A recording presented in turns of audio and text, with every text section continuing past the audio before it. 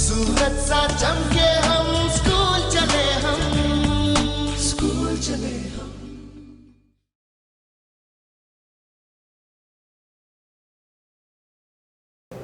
नमस्ते, मैं हूं संध्या सिसोदिया, शासकीय बहुउद्देशीय उच्चतर माध्यमिक विद्यालय क्रमांक 1 रतलाम से। मैं जीव विज्ञान विषय की शिक्षिका हूं और आज हम कक्षा 10 का विज्ञान विषय का अध्याय 6 जैव उपक्रम से नेफ्रॉन की संरचना और उसके कार्य समझेंगे। आइए शुरू करते हैं। शुरू करने से पहले आप मुझे बताइए कि क्या हो अगर पृथ्वी पर जैसे कचरे का ढेर लगता चला जाए और उसमें से कुछ भी किसी भी चीज़ का निपटारा ना हो, तब क्या होगा? क्या ऐसी स्थिति के बारे में आपने कभी सोचा है? नहीं। ऐसा अगर होगा तो किसी के भी रहने के लिए जगह नहीं होगी और बहुत सारी बीमारियां भी होगी।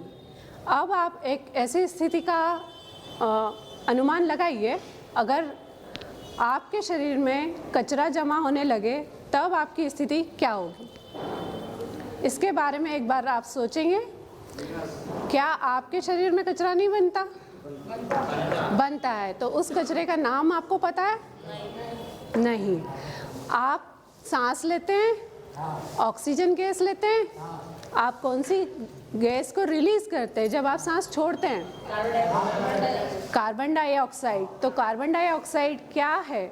आपके शरीर में बनने वाला कचरा, जिसको आप अपने शरीर में नहीं रखना चाहते क्योंकि उसकी कोई आवश्यकता आपके शरीर में नहीं है। तो ऐसी सारी चीज़ें जो शरीर में आपकी जैव रासायनिक क्रियाओं की वजह से बन रही हैं, लेकिन उन चीज़ों की आपके शरीर को आवश्यकता नहीं है या वो आपके शरीर के लिए हानिकारक है, वो सब क्या है? अपशिष्ट पदार्थ।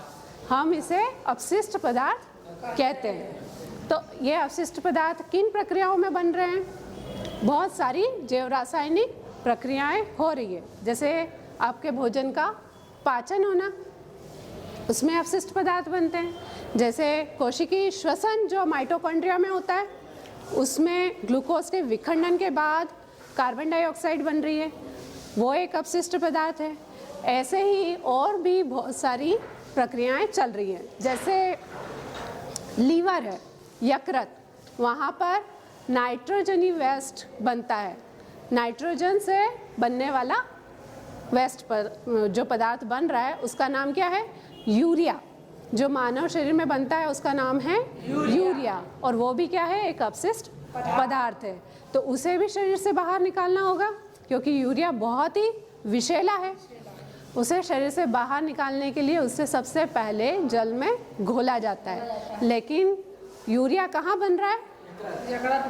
यकृत में। लेकिन उसे शरीर से बाहर करने का काम कौन करता है? वृक्क। तो यूरिया से को यकृत से वृक्क तक लेकर कौन जाता होगा? कैसे जाएगा यूरिया यकृत से वृक्क में? क्या आप इसका अंदाजा लगा सकते हैं? आपके शरीर में एक ही चीज है जो हर अंग के पास जा सकती है, रक्त। बिल्कुल सही, रक्त। क्योंकि आपका रक्त वाहिकाओं में बह रहा है, वो बह सकता है, एक से दूसरी जगह तक जा सकता है। इसीलिए यकृत में बना हुआ यूरिया यकृत की कोशिकाएं रुधिर को दे देती है और रुधिर वाहिकाओं में बहते हुए वृक्क तक उस यूरिया को लेकर जाता है। अब यूरिया का आगे क्या होता है, और ऐसे ही कई अपशिष्ट पदार्थ जो बन रहे हैं शरीर में, उनका निपटारा कैसे होता है, वो शरीर से बाहर कैसे जाते हैं, इसी के बारे में हम आज पढ़ेंगे। तो आइए शुरू करते हैं।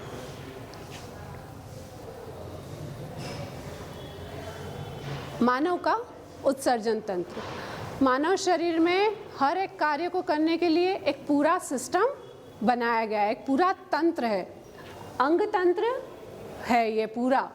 इसमें कई अंग हैं, सभी अंग मिलकर एक ही काम कर रहे हैं, और जब सब अंग मिलकर एक काम करते हैं तो वो सारे अंगों को हम एक साथ तंत्र कहते हैं। तो उत्सर्जन तंत्र जो है उसमें सबसे मुख्य अंग है वृक्क। ये देखिए, तो वृक्क शरीर में कहाँ होते हैं? आपके शरीर में जहाँ आपका आमाशय है, बस उससे थोड़ा नीचे की तरफ वृक्क का एक जोड़ा पाया जाता है आपके जो वर्टिबल कॉलम है, कशेरुक दंड है, उसके दोनों तरफ। आपका कशेरुक दंड आपके शरीर के बिल्कुल मध्य में है, उसके दोनों तरफ एक एक वृक्क पाया जाता है। अब वृक्क के संरचना में आप समझिए कि ये जो वृक्क है इसके अंदर दो हिस्से हैं। जो बाहरी हिस्सा है उसे वल्कुट कहा जाता है और जो सेंटर का हिस्सा है उसे मेडुला कहते हैं। अब वृक्क में कॉर्टेक्स और मेडुला या वल्कुट और मेडुला में एक संरचना पाई जाती है, उसका नाम है नेफ्रॉन, और ये नेफ्रॉन का चित्र है। तो नेफ्रॉन क्या है? नेफ्रॉन है वृक्क की संरचनात्मक और क्रियात्मक इकाई। संरचनात्मक क्यों? क्योंकि इन सारे नेफ्रॉन से मिलकर ये वृक्क बनता है, इसलिए हम कहते हैं कि नेफ्रॉन क्या है? वृक्क की संरचनात्मक इकाई है। ये क्रियात्मक इकाई क्यों है?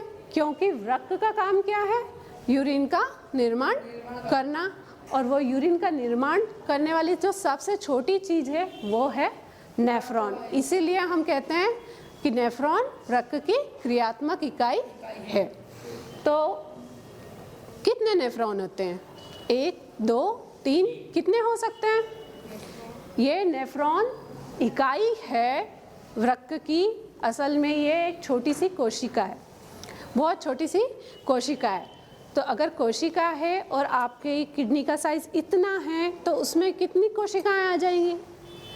बहुत सारी, लाखों नेफ्रॉन किडनी के अंदर हैं और सब ही एक ही काम करते हैं, ब्लड को फिल्टर करके यूरिन बनाने का काम करते हैं।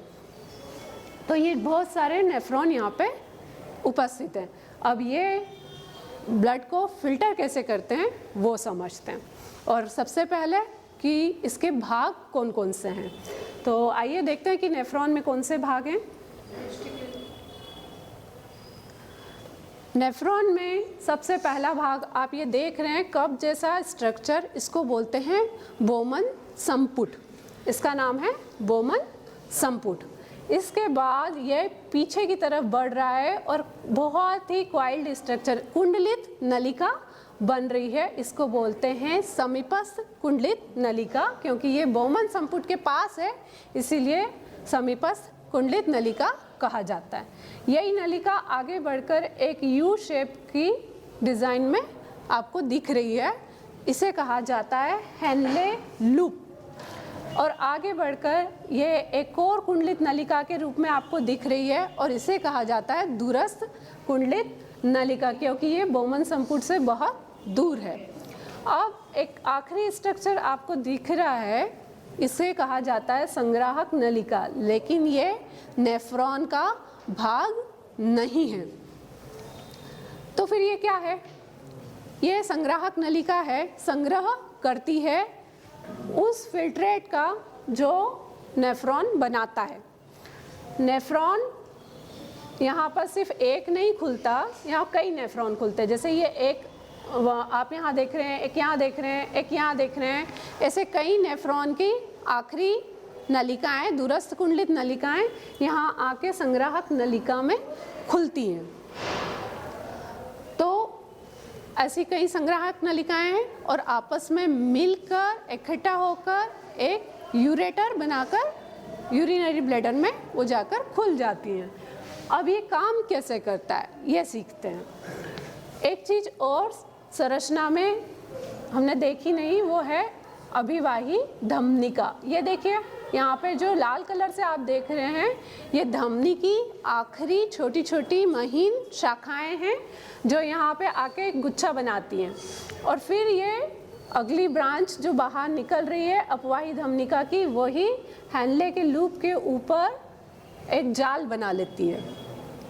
इस जाल को बनाने का क्या कारण है वो अभी हम देखेंगे, लेकिन सबसे पहले बोमन संपुट और एफरेंट आर्टेरियोल या इफरेंट आर्टेरियोल का जो गुच्छा बन गया है एफरेंट और इफरेंट का, उसको समझते हैं। ये स्ट्रक्चर यहाँ बड़ा करके दिखा रखा है, तो आइए समझते हैं।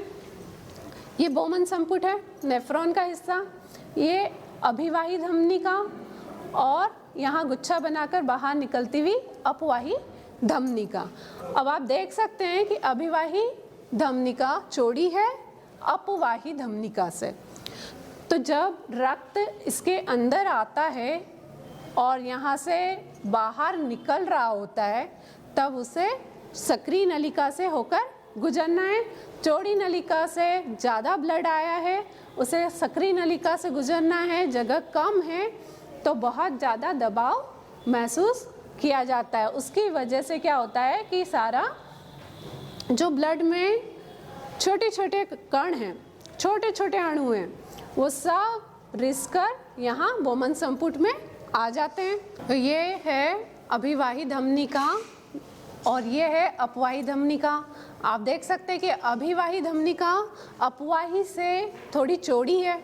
तो जब यहाँ रक्त आता है तो अधिक मात्रा में होता है, जब जा रहा होता है तो उसे जगह थोड़ी कम मिल रही होती है। इसी कारण यहाँ एक दबाव उत्पन्न होता है और रक्त से अपशिष्ट पदार्थ छन के यहाँ बोमन संपुट में आ जाते हैं। अब अपशिष्ट पदार्थ छने यहाँ आए, लेकिन कुछ उपयोगी चीज़ें भी यहाँ पर आ गई हैं। जल है, सोडियम है, क्लोराइड आयन है और ग्लूकोज और कुछ अमीनो अम्ल भी यहाँ पर आ जाते हैं। लेकिन अब ये काम की चीज़ें आपकी है, ज़रूरत की है। शरीर को ग्लूकोज की ज़रूरत है ऊर्जा के लिए, अमीनो अम्ल हैं जो प्रोटीन बनाने के लिए उपयोगी हैं, लेकिन अब वो यहाँ आ गए हैं तो उन्हें शरीर से बाहर जाने से रोकना है। रोकने के लिए क्या किया जाता है, ये जो अब अपवाही धमनिका का जाल आप देख रहे हैं, ये क्यों बना है? ये इसी कारण से बनाया गया है कि जो उपयोगी चीज़ें यहाँ छन कर आ गई हैं, उसे जब वो समीपस्थ कुंडलित नलिका से गुजरती हैं तो वापस अवशोषित करके अपवाही धमनिका में डाल दिया जाता है। ये रही समीपस्थ कुंडलित नलिका, पीले कलर में आप देख सकते हैं। और ये यहाँ से अपवाही धमनिका जो आप लाल कलर की देख पा रहे हैं, उसमें यहाँ से ग्लूकोज, अमीनो अम्ल को उठाकर वापस इधर डाल दिया जाता है। यह साधारण विसरण के द्वारा होता है। विसरण की प्रक्रिया की मदद से सारी उपयोगी चीज़ें वापस रुधिर में लौटा दी जाती हैं और अब जो बचा हुआ पदार्थ है उसको बोला जाता है निस्यंद। इसमें बहुत सारा जल है और सोडियम है, कुछ क्लोराइड आयन है, अमोनिया है और यूरिया है। ये सब चीज़ें आगे बढ़ती जाती हैं, हैनले के लूप में आगे बढ़ती हैं और फिर दूरस्थ कुंडलित नलिका में पहुंच जाती हैं। वहाँ भी कुछ अवशोषण होता है। किस चीज़ का अवशोषण होता है? मुख्य रूप से यहाँ पर दूरस्थ कुंडलित नलिका में जल का अवशोषण होता है। जब शरीर को जितनी जल की आवश्यकता है उतना शरीर में जल रख लिया जाता है।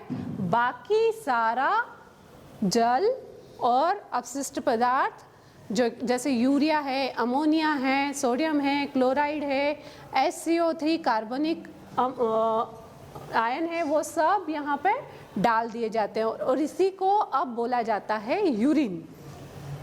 बाकी सारा आवश्यकता का जो पदार्थ है, सारे ग्लूकोज, अमीनो अम्ल वगैरह सब 80% उपयोगी चीज़ें यहीं पर अवशोषित कर ली जाती है समीपस्थ कुंडलित नलिका में। अवशोषण का अधिकांश काम 80% तक का काम समीपस्थ कुंडलित नलिका में कर लिया जाता है। बचा हुआ काम दूरस्थ कुंडलित नलिका में कर लिया जाता है और अब जो बच गया है वो सिर्फ वेस्ट मटेरियल है, उसे ही संग्राहक नलिका में डाला जाता है और सारी संग्राहक नलिकाएं आपस में जुड़कर एक यूरेटर बना लेती हैं और इस तरह से हर एक किडनी से एक यूरेटर निकलता है। 2 किडनी है, 2 यूरेटर और दोनों जाकर यूरिनरी ब्लैडर में खुलते हैं। तो इस तरह से शरीर से सारे अपशिष्ट पदार्थों को बाहर किया जाता है। तो यूरिन में बाइलिरुबिन है, बिलीवर्डिन है, इसमें यूरिया है, जल है और बाइलिरुबिन और बिलीवर्डिन आते हैं आपके आरबीसी के डिस्ट्रक्शन की वजह से बने हुए पिगमेंट्स हैं ये। तो इसी की वजह से यूरिन का येलो कलर भी होता है और यूरिन का पीएच जो है वो एसिडिक पीएच होता है। तो ये सब चीज़ें आई होप कि आपके क्वेश्चन का आंसर मिला होगा आपको। उम्मीद है आज का सेशन आपको पसंद आया होगा। हम फिर मिलेंगे किसी और वीडियो में, तब तक के लिए धन्यवाद, नमस्कार।